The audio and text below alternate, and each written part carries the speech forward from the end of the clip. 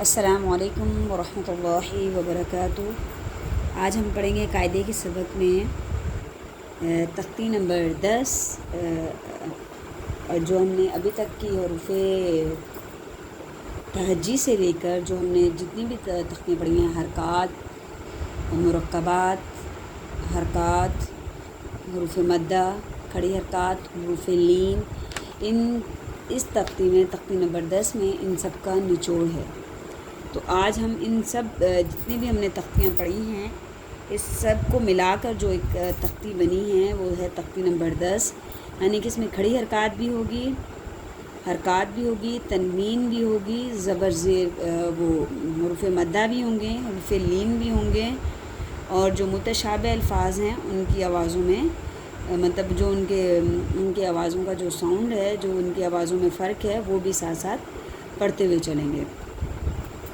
تو انشاءاللہ آپ میرے ساتھ سبق میں جڑے رہیں۔ آج ہم پڑھیں گے تختی نمبر 10۔ آپ کے سامنے ہے، آپ کے پاس کوئی بھی قاعدہ ہے، جہاں تک آپ نے حروف لین تک پڑھ لیا ہے، اس کے بعد یہ والی تختی آتی ہے، آپ وہ قاعدہ اپنے سامنے رکھ سکتے ہیں۔ پڑھنے کا طریقہ کار اور پڑھنے کا جو ہے وہ یہی رہے گا۔ جن لوگوں نے حروف تہجی سے لے کر حروف لین تک سمجھ لیا، ان کے لیے بہت آسانی ہو چکی ہوگی۔ میں امید کرتی ہوں کہ آپ لوگوں نے میری ساری جو ہیں تختیاں ہیں ان کو سن لیا ہوگا، دیکھ لیا ہوگا، سمجھ لیا ہوگا، اور آپ کو تجوید کا جو صحیح طریقہ ہے وہ آپ کو اچھی طرح ذہن نشین ہو گیا ہوگا۔ تو آج ہم پڑھیں گے تختی نمبر 10۔ جیسا کہ میں نے آپ کو بتایا کہ قرآن کو صحیح طریقے سے پڑھنا ہر انسان کے لیے بہت ضروری ہے۔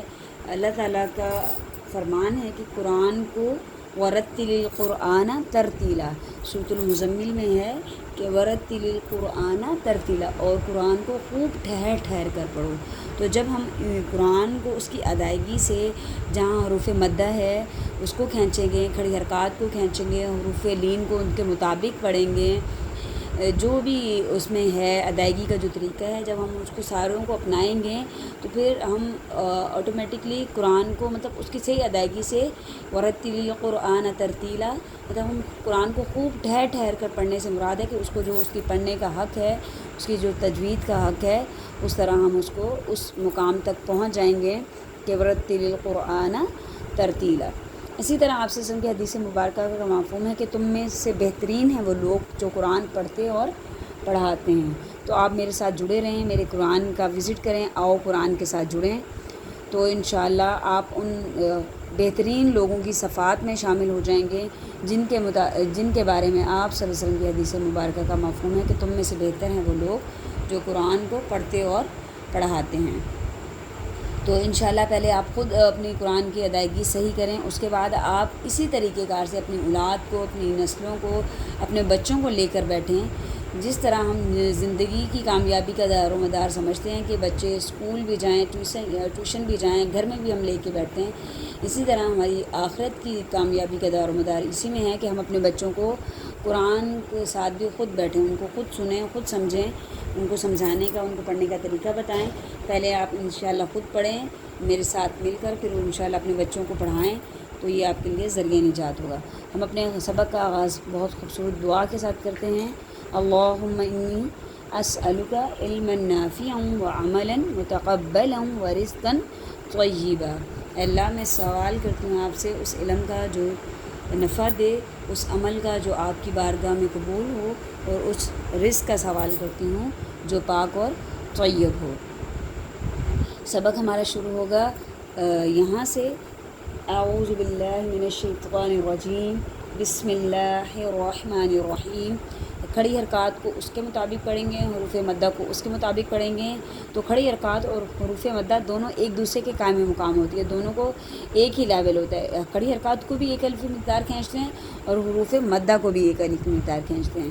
تو لفظ ہے ہا ذا، ہا کے اوپر کھڑی حرکات ہے، اور ذا الف سے پہلے زال پر زبر آ گئی تو الف مدہ ہو گیا۔ ھذا کتاب، تا کے اوپر کھڑی حرکات ہے، کتاب مالکی، ذالک نرمی کے ساتھ، ٹھیک ہے، ذالک طالب،